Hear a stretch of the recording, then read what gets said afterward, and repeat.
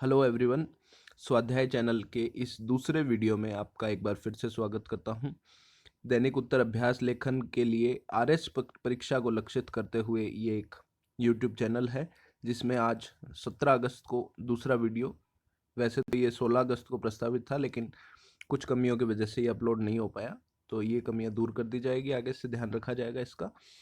ये चैनल शुरू करने के पीछे एक हिंदी की एक बहुत अच्छी लाइन मैंने कहीं पढ़ी थी कि जिस व्यक्ति ने कभी गलती नहीं की उसने कभी कुछ नया सीखने की कोशिश नहीं की। तो इस उद्देश्य को, इस लाइन को देखते हुए मैंने ये चैनल शुरू किया। हो सकता है शुरुआत में गलतियां हों लेकिन धीरे धीरे हम इसमें सुधार करेंगे और वो सुधार ही हमारे आगे बढ़ने का एक स्रोत होंगे। चैनल का संक्षिप्त परिचय मैं एक बार फिर से आपको दे देता हूं। वैसे पहली क्लास में हमने इसके बारे में डिटेल से चर्चा की है। मूलतः मैं आपको एक शॉर्ट में बता देता हूं कि इस चैनल में हम डेली 3 से 4 प्रश्न जो आरएस पैटर्न के अनुरूप होंगे उनको हम शुरू करेंगे। आरएस परीक्षा पैटर्न के अनुरूप ही इसमें उत्तर लेखन मॉडल आंसर्स मैं एक बार आपको लिख के बताऊंगा और आप उसमें अपने अकॉर्डिंगली सुधार कर सकते हैं या कुछ ऐड ऑन कर सकते हैं या आप खुद भी उनकी प्रैक्टिस कर सकते हैं। मेरे लिखे हुए उत्तर हो यह संभव नहीं है कि वो परफेक्ट हो या वो ही एकमात्र उसका उत्तर हो, आप अपने उत्तर भी उसके अकॉर्डिंगली लिख सकते हैं। तो ये एक पूर्णतः एक प्रैक्टिस सेशंस की तरह रहेगा और इसमें जो कंटिन्यूटी से कुछ लोग जूझ रहे होते हैं उन लोगों के लिए एक बहुत अच्छा मंच है। डेली शॉर्ट 10 से 15 मिनट का वीडियो आएगा जिसमें आप अपने 3 क्वेश्चंस जो है उसमें खुद को जज कर पाएंगे और आप उन 3 प्रश्नों का होल सोल जो आंसर है वो आप लिख पाएंगे। तो ये पूरी तरह निःशुल्क और सारगर्भित रहने वाला है और ये संक्षेप भी रहने वाला है। इसमें ऑथेंटिक सोर्स जैसे सुजस, आरबीएससी और एनसीईआरटी का प्रयोग किया जाएगा। चलिए, आज के 3 प्रश्न कुछ इस तरह से हैं। मैंने इसमें वर्ल्ड हिस्ट्री जो सब्जेक्ट है, जो आरएस मुख्य परीक्षा का एक मेन सब्जेक्ट है, उसको टारगेट करके कुछ प्रश्न लिए हैं। कल भी मैं वर्ल्ड हिस्ट्री से ही प्रश्न उठाऊंगा। तो ये पहला एक हमारे उसमें चैप्टर है पुनर्जागरण। तो पुनर्जागरण के बारे में हमने आज 3 क्वेश्चन उठाए हैं, 2 50-50 शब्दों में और एक 100 शब्दों में। पहला प्रश्न है पुनर्जागरण का अर्थ तथा इसके इटली में अभ्युदय के कोई 4 कारण बताएं। दूसरा प्रश्न है यूरोप में पुनर्जागरण के कारण क्या थे। तीसरा प्रश्न है पुनर्जागरण का प्रभाव व इसके परिणाम क्या रहे। जो हमारा पहला प्रश्न है उसका 50 शब्दों में उत्तर इस तरह से हम कुछ लिखेंगे कि 12वीं सदी से 15वीं सदी तक यूरोप में पुनर्जागरण एक ऐसा बौद्धिक व उदार सांस्कृतिक आंदोलन था जिसमें मनुष्य मध्यकालीन बंधनों से मुक्त होकर स्वतंत्र चिंतन की ओर अग्रसर हुआ था। पुनर्जागरण में भूतकाल के प्रति अभिरुचि तथा तर्क व जिज्ञासा आधारित वर्तमान बौद्धिक चेतना उपस्थित थी। ये थोड़ी टेक्निकल परिभाषा है लेकिन हमें इसको याद करने की कोशिश करनी है और यही उत्तर में लिखनी है।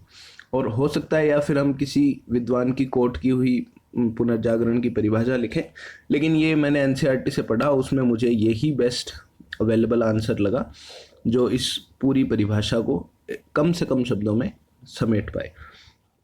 अब हमारे प्रश्न का दूसरा पार्ट है कि इटली में ही इसके अभ्युदय क्यों हुआ, उसके 4 कारण हमसे पूछे गए हैं। इटली से ही पुनर्जागरण शुरू होने के कारण निम्नलिखित थे। पहला, भूमध्य सागरीय देशों में सबसे अनुकूल भौगोलिक अवस्थिति। यदि आप मैप के बारे में जानकारी नहीं रखते हैं तो अभी इस वीडियो को पॉज करके एक बार गूगल मैप खोलिए और उसमें इटली की जो जियोग्राफिकल कंडीशन है उसको एक बार गौर से देखिए। आप पाएंगे कि ये बहुत ही अनुकूल अवस्थिति थी किसी भी देश के लिए। काफ़ी पोर्ट्स वगैरह डेवलप होने के वहाँ पे संभावना थी, जिससे ये पुनर्जागरण जो था वो इटली में ही सबसे पहले शुरू हुआ।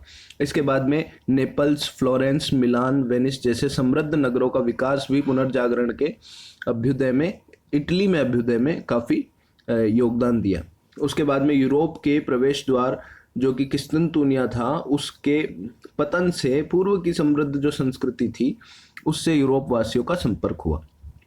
और चौथा कारण, समृद्ध मध्यम वर्ग का उदय हुआ। तो ये जो समृद्ध नगर और ये अनुकूल भौगोलिक अवस्थिति, इससे एक समृद्ध मध्यम वर्ग का भी उदय हुआ।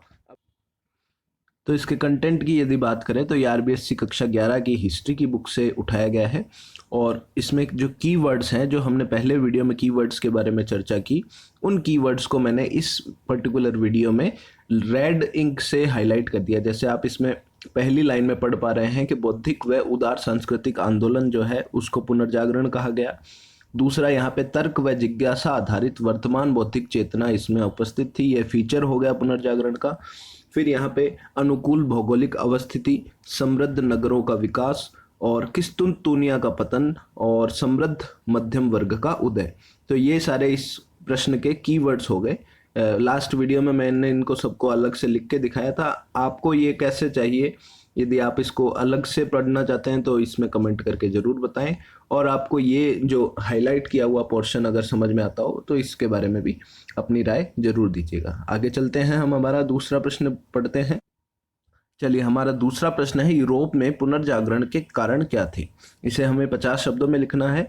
तो पुनर्जागरण यूरोप के अनेक देशों में अलग अलग समय पर धीरे धीरे हो रही घटनाओं का प्रभाव था। ये घटनाएं निम्नलिखित थी। पहला है क्रूसेड्स, 11वीं से 13वीं शताब्दी के मध्य मुस्लिमों एवं ईसाइयों के मध्य हुए युद्ध, जिसके कारण यूरोप वासियों का पूर्व की समृद्ध संस्कृति से परिचय हुआ। दूसरा कारण इसका था व्यापारिक समृद्धि, समृद्ध मध्यम वर्ग के उदय से वैचारिक स्वतंत्रता को प्रोत्साहन मिला। तीसरा था कागज व मुद्रण यंत्र का आविष्कार होने से ज्ञान पर जो वर्ग विशेष का एकाधिकार था वह समाप्त हो गया। किस्तुनतूनिया पर तुर्कों का आक्रमण होने से नवीन भौगोलिक मार्गों की खोज हुई। मानवतावाद का विकास हुआ। मंगोल साम्राज्य का उदय हुआ। इसमें मंगोल साम्राज्य का उदय होने से कुबलई खां के दरबार में जो विदेशी यात्री गए और वहां से लौटने पर उन्होंने अपने यात्रा वृतांत लिखे, उन यात्रा वृतांतों ने भी यूरोपीय लोगों के मानस को उद्वेलित किया। तीसरा प्रश्न हमारा आज के सेशन का है, पुनर्जागरण का प्रभाव व इसके परिणाम क्या रहे। इसे हमें 100 शब्दों में लिखना है।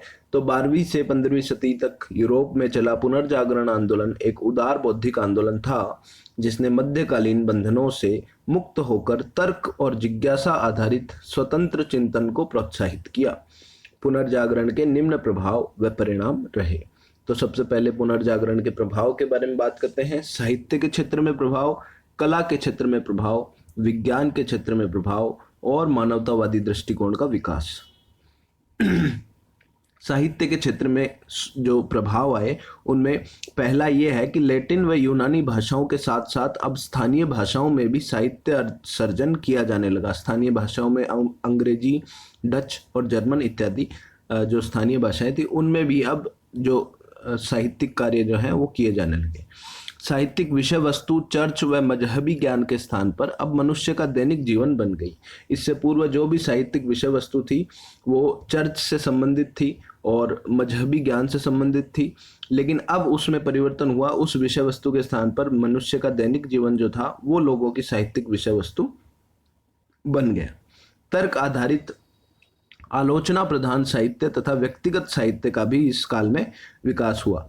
दांते, पेट्रार्क, रेबेलस, चौसर, थॉमस मूर, विलियम शेक्सपियर और इरेस्मस जैसे विचारकों का इस काल में अभ्युदय हुआ। कला के क्षेत्र में जो पुनर्जागरण के प्रभाव रहे वो कुछ इस प्रकार से हैं। मजहबी विषय वस्तु का प्रस्तुतिकरण अब लौकिक रूप में किया जाने लगा। कैनवास, तेल चित्रों का प्रयोग शुरू हो गया। चित्रकला, मूर्तिकला व स्थापत्य कला में नए प्रयोगों का समावेश किया गया। विज्ञान के क्षेत्र में नए नए तार्किक व्याख्याओं पर आधारित वैज्ञानिक दृष्टिकोण का विकास होने से विज्ञान के क्षेत्र में भी पुनर्जागरण के प्रभाव देखने को मिले। चौथा, मानवतावादी दृष्टिकोण का विकास हुआ और इससे मानवतावादी दृष्टिकोण के विकास होने से ही मूलतः पुनर्जागरण की जो मुख्य जो फीचर्स हैं वो हमें देखने को मिले। फिर हम बात करते हैं पुनर्जागरण के परिणाम की। तो इसमें सबसे पहला परिणाम हमें यह देखने को मिला कि अभिव्यक्ति की भावना का विकास हुआ। दूसरा, भौतिकवादी दृष्टिकोण का विकास हुआ। वैज्ञानिक दृष्टिकोण का विकास हुआ। राष्ट्रीयता का विकास हुआ और पुरातन के आडंबरों के प्रति लोगों का मोह भंग देखने को मिला। तो ये प्रश्न जो हमने लिखा इसका भी सोर्स जो है वो आरबीएससी क्लास 11th हिस्ट्री की बुक है और इसमें जो कीवर्ड्स हैं जैसे पुनर्जागरण की हमने इंट्रोडक्शन में परिभाषा दे दी। उसके बाद में इसके प्रभाव में साहित्य में, कला में और विज्ञान के क्षेत्र में और मानवतावादी दृष्टिकोण का विकास, ये कुछ 4 प्रभाव हमने लिखे और 4 परिणाम, 4 से 5 परिणाम हमने इसमें लिखे। अभिव्यक्ति की भावना का विकास, भौतिकवादी दृष्टिकोण का विकास, वैज्ञानिक दृष्टिकोण का विकास, राष्ट्रीयता का विकास और पुरातन के आडंबरों के प्रति मोहभंग। तो थैंक यू फॉर वॉचिंग, और मैं कोशिश करूंगा कि इनमें धीरे धीरे मैं और भी सुधार करता जाऊं और आपके लिए ये किस तरह से ज़्यादा लाभदायक ये चैनल बन सके, ऐसे प्रयास मेरे रहेंगे।